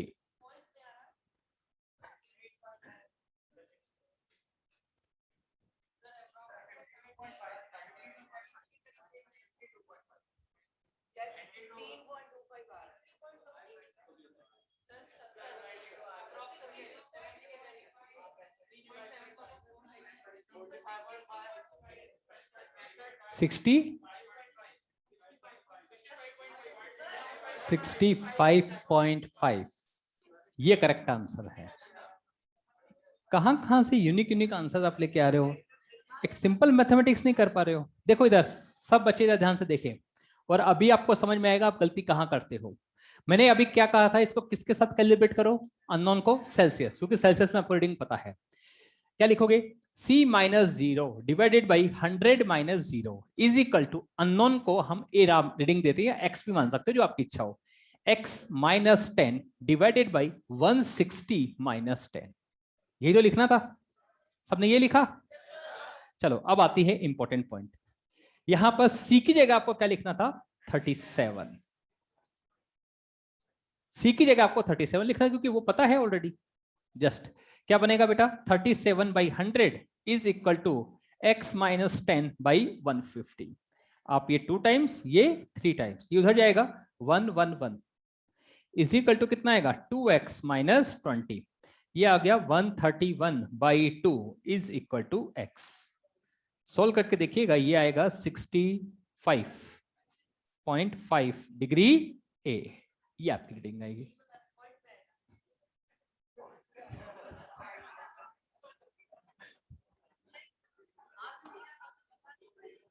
ऐसे नहीं होता बेटा, कॉन्फिडेंस के साथ आंसर देना चाहिए। गलत तो कितने बच्चों ने अजीब अजीब से आंसर दिए, इन्होंने 15 ही पहुंचा दिया, लेकिन ये शर्माई थोड़ी, आपको आंसर देना चाहिए। कॉन्फिडेंस, देखो मैं एक चीज जानता हूं लाइफ में, एक चीज ध्यान रखना, भले ही कुछ ना आता हो, कॉन्फिडेंस जबरदस्त होना चाहिए। क्योंकि आप एग्जाम में जो जाते हैं ना, सिर्फ और सिर्फ अपने कॉन्फिडेंस के दम पे जाते हैं, क्योंकि एक्चुअल में आपको भी नहीं पता आगे क्या आने वाला है। मैं बच्चों को पहले बहुत एक अच्छी चीज समझाता था, मैंने कहा देखो तैयारी इस लेवल की होनी चाहिए, क्योंकि आपको भी नहीं पता पेपर में क्या आपके ऊपर बम्बार्डिंग होने वाली है। आप तैयारी करके जा रहे हो, चाकू वाली बहुत इजी सी पेपर आया तो इजी इजी क्वेश्चन करके चले गए, और आ गई वहां खतरनाक वाले क्वेश्चन, रॉकेट प्रॉब्लम, पता नहीं किस किस तरह की प्रॉब्लम। चॉकलेट नहीं, हम तो खतरनाक उल्टा सोचते हैं, हम उल्टा सोचते हैं, मतलब टफ प्रॉब्लम्स आ गई तो डेफिनेटली आप कैसे करोगे। तो आपकी preparation up to the mark तो होनी चाहिए एटलीस्ट, कि हर चीज बिल्कुल इजी करके जाओ वो भी नहीं चलेगा, क्योंकि कभी कभी पेपर का लेवल अच्छा सेट हो जाए तो थोड़ा सा अच्छी प्रिपरेशन आपको करनी पड़ेगी। तो इसलिए क्वेश्चन तो आपको हर वैरायटी के करने चाहिए, जैसे ये वाला क्वेश्चन थोड़ा डिफरेंट था। अच्छा, एक ऐसा ही क्वेश्चन और बनता है, सिर्फ सुनना है। एक फॉल्टी थर्मोमीटर है, फॉल्टी थर्मोमीटर किसको कहोगे, अरे हिंदी नहीं पूछ रहा हूं, जो रीडिंग को एक्चुअल में करेक्ट नहीं पढ़ पा रहा है। जैसे फॉर एग्जांपल उसको लोअर फिक्स पॉइंट कितना होना चाहिए था, उसका 0। जैसे सेल्सियस स्केल वाला होता, लोअर फिक्स पॉइंट कितना होना चाहिए था बेटा, 0, पर वो रीड कर रहा है 10। लोअर फिक्स पॉइंट कितना रीड कर रहा है, 10। ठीक है, कुछ ना कुछ उसमें गड़बड़ चल रही है। जैसे अपर फिक्स पॉइंट करना चाहिए था उसको 100, लेकिन मेजर कर रहा है 120, ये उसकी प्रॉब्लम है। माइनस माइनस नहीं करना है, मतलब वो एक तरह से अननोन स्केल की तरह कैलिब्रेट को उसको मानेंगे। लोअर फिक्स पॉइंट की जगह क्या लिखोगे, 10, अपर की जगह क्या लिखोगे, 120। तो वो ये पूछ सकता है कि बताओ यदि नॉर्मल स्केल 37 रीड कर रहा है तो वो फॉल्टी थर्मामीटर कितना रीड कर रहा होगा। मतलब वो सेम क्वेश्चन है, जस्ट वर्ड चेंज किया है, अननोन की जगह मैंने क्या वर्ड यूज किया है, फॉल्टी थर्मामीटर यूज किया है, दैट्स ऑल। ये एक सिंपल सी वैरायटी इसमें बन सकती है। चलो एक क्वेश्चन और लेता हूं, एक प्रॉपर्टी के ऊपर जो अपने बात कर रहे थे कि बहुत सारी प्रॉपर्टीज को हम यूज कर सकते हैं एज ए टेम्परेचर स्केल, उसी को लेकर एक छोटा सा क्वेश्चन है। देखो, a platinum wire has resistance, a platinum wire has resistance 10 ohm, resistance 10 ohm at 0 degree Celsius. इसको किसकी तरह ट्रीट करोगे बेटा, लोअर फिक्स पॉइंट, ठीक है। एंड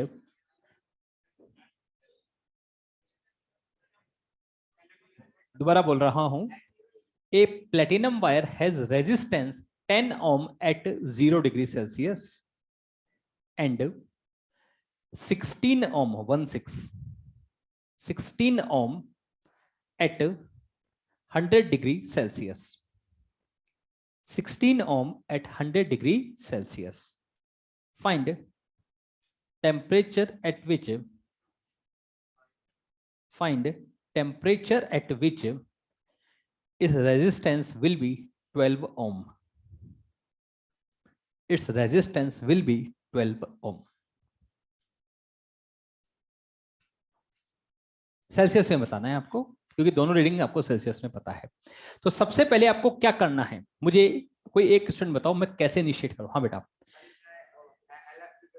लोअर फिक्स पॉइंट को मतलब इसको एक एज ए अननोन स्केल मानो, उसको कैलिब्रेट करो इसको अननोन स्केल के साथ, और फिर आप आराम से कैलकुलेशन कर सकते हो। करो एक बार ट्राई। 33.33। चलिए बहुत बढ़िया, देखता हूं मैं भी एक बार करके। सबसे पहले मुझे किसके साथ कैलिब्रेट करना है इसको, सेल्सियस। रीडिंग आपको सेल्सियस में देनी है तो आप लिखोगे C - 0 अपॉन 100 - 0। ये तो सेल्सियस का लिख दिया। अब मैं लिख रहा हूं प्लेटिनम वायर के जो बात हम चल रही है, क्या लिखोगे, रेजिस्टेंस जो भी लिखना है R - 10 डिवाइडेड बाई कितना था बेटा, 16 - 10। मतलब कहने का सेंस है जहां पे अपर फिक्स पॉइंट था उसकी जगह अपर फिक्स रीडिंग लिख देंगे, लोअर फिक्स पॉइंट की जगह उसकी रीडिंग लिख देंगे। बिल्कुल ऐसा से ये क्वेश्चन और भी आता है। एक ट्यूब है, मरकरी ट्यूब है, उसके अंदर जो गैस भरी हुई है, थोड़ी बहुत स्पेस बचता है, उसमें गैस भरी हुई है, उसका प्रेशर का मेजरमेंट हो रहा है। 0 डिग्री सेल्सियस पे 76 mm ऑफ Hg है, 100 डिग्री सेल्सियस पे 100 mm ऑफ Hg है, तो बताओ 50 डिग्री सेल्सियस पे कितना प्रेशर होगा। क्या बिल्कुल ऐसे कर पाओगे? बस वो चीज आपको करनी है। अच्छा बताओ, सोल्व करें तो R कितना दिया था मैंने, 12। C आपको निकालना है, तो C/100 is equal to 2/6 which is equal to 1/3। तो C की वैल्यू कितनी आएगी, 100/3 which is equal to 33.3 degree Celsius. ये उस बॉडी का टेम्परेचर हो जाएगा। वो आप कर सकते हो, बिल्कुल लीनियर प्रॉपर्टी है, आप यूनिफॉर्म वो यूनिटी मेथड कर सकते हो। 33 आएगा रे, ठीक है। ये आपका एक क्वेश्चन बन जाएगा। चलिए ये तो हो गया, इस तरह के क्वेश्चंस आपके सामने आ सकते हैं। अब आता है एक लास्ट पॉइंट, इसके बारे में हमारा हल्का सा डिस्कशन बाकी था। ये रिलेशन जो आपको बता रहा है वो क्या कहने की कोशिश कर रहा है वो मैं आपको समझा देता हूं, फिर आप फ्री हैं आज के लिए। फिर कल से मैं स्टार्ट करूंगा एक्चुअली में थर्मल एक्सपेंशन। आज तो मैंने सिर्फ आपको टेम्परेचर्स पढ़ाया है। जनरली हम इसको 15 मिनट में खत्म कर देते हैं, बट चूंकि आप लोग बच्चे हो मासूम से, इसलिए मैंने आज पूरा लेक्चर आपको दिया है, ताकि इसको यदि आप क्लियर कर पाए तो आगे मैं बार बार टेम्परेचर के बारे में बात नहीं करूंगा, बाद में मैं सीधा कन्वर्ट करके लिख दूंगा, ये आप सोचते रहना कैसे कन्वर्ट किया है, ठीक है ना। वैसे मैं आपको मेरे पर्सनल एक्सपीरियंस बताता हूँ, हमारे यहाँ 2 ही काम आते हैं, डिग्री सेल्सियस और केल्विन, और हमेशा temperature must be in kelvin, ठीक है। हाँ, एक बहुत पॉइंट आएगा, ये बहुत बार आप मुझे परेशान करोगे, मैं अभी एक्सप्लेन कर देता हूँ। वो ये है, केल्विन और डिग्री सेल्सियस को देखो क्या लिखा हुआ है, delta C/100 is equal to delta K/100। सही नहीं बोल रहा, मैं इंपॉर्टेंट पॉइंट बोल रहा हूं। That is delta C is equal to delta K। इसका मतलब ये है कि यदि आप किसी बॉडी का टेम्परेचर 10 डिग्री सेल्सियस चेंज करते हो तो केल्विन में भी कितने का चेंज होगा, 10 का ही चेंज होगा, ये मैं कहना चाह रहा हूं। बट फ़ारेनहाइट में सेम बात नहीं आएगी। फ़ारेनहाइट का सेल्सियस के साथ रिलेशन देखो जरा, देखते हैं। Delta C/100 is equal to delta F/180। इसका मतलब अब चेंजेस सेम नहीं होंगे, ये 5 है ये 9 है, कह सकते हो नहीं, ये मैं यहां पर बोलने की कोशिश कर रहा हूं। तो बताओ delta C is equal to क्या बनेगा, 5/9 डेल्टा F। ये मैं एक्चुअल में यहां पर कह सकता हूं। अब इस पे क्वेश्चन कैसे बन सकता है, मान लीजिए एक बॉडी का टेम्परेचर मैंने 10 डिग्री सेल्सियस बढ़ा दिया है, एक बॉडी का टेम्परेचर मैंने 10 डिग्री सेल्सियस बढ़ा दिया है, तो फ़ारेनहाइट में कितने का चेंज होगा, यहां पे आप कर सकते हो, ठीक है, वो आप कर सकते हो। और यहां पे भी आप कर सकोगे, इसमें तो 10 का ही चेंज आएगा, इसमें आपका चेंज कुछ अलग आएगा, ये बात हम यहां पर कह सकते हैं। कवर हुआ सब कोई बात? हाँ बेटा, F-32 को ही डेल्टा F बोल रहे हैं। नहीं, सीधा चेंज ही पूछा है ना, मैंने तो चेंज ही पूछा है, क्योंकि मुझे एक्चुअल वैल्यू निकालने के लिए मुझे आपको रियल वैल्यू पहले बतानी पड़ेगी कि टेम्परेचर कहां से कहां चेंज किया है। जैसे फॉर एग्जांपल मैंने कहा एक बॉडी का टेम्परेचर 30 से 40 किया है, कितने से कितना किया, 30 डिग्री सेल्सियस से 40, तो 30 फ़ारेनहाइट पे कुछ और होगा, 40 फ़ारेनहाइट में कुछ और होगा, तो उनका जो डिफरेंस आएगा डेल्टा एफ, वो एक्चुअल में यही निकल कर आएगा, वो मैं बोलने की कोशिश कर रहा हूँ। हाँ जी बेटा, कोई डिफरेंस नहीं है। पहले एक्चुअल में सेंटीग्रेड चलता था, आजकल सेल्सियस चलता है बस। सेंटीग्रेड एक्चुअल में वो है 100 इससे, एक पूरी चीज के 100 इससे करना, दैट इज कॉल्ड सेंटीग्रेड। अब उसको सेल्सियस बोला जाता है। हाँ जी, सबको क्लियर हो गया? अच्छा, ये तो था हमारा ओल्ड थर्मोमेट्री। अब न्यू में क्या करते हैं वो मैं आपको नेक्स्ट क्लास में बताऊंगा। अब न्यू में बस इतना सा याद रख सकते हो, वहां पे 2 फिक्स पॉइंट डिफाइन नहीं करते, एक फिक्स पॉइंट डिफाइन करते हैं। चलिए, थैंक यू।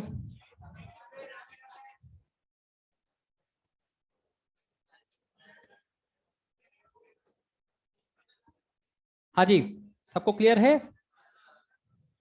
बाकी सब बच्चे प्रतिज्ञा करें बेटा।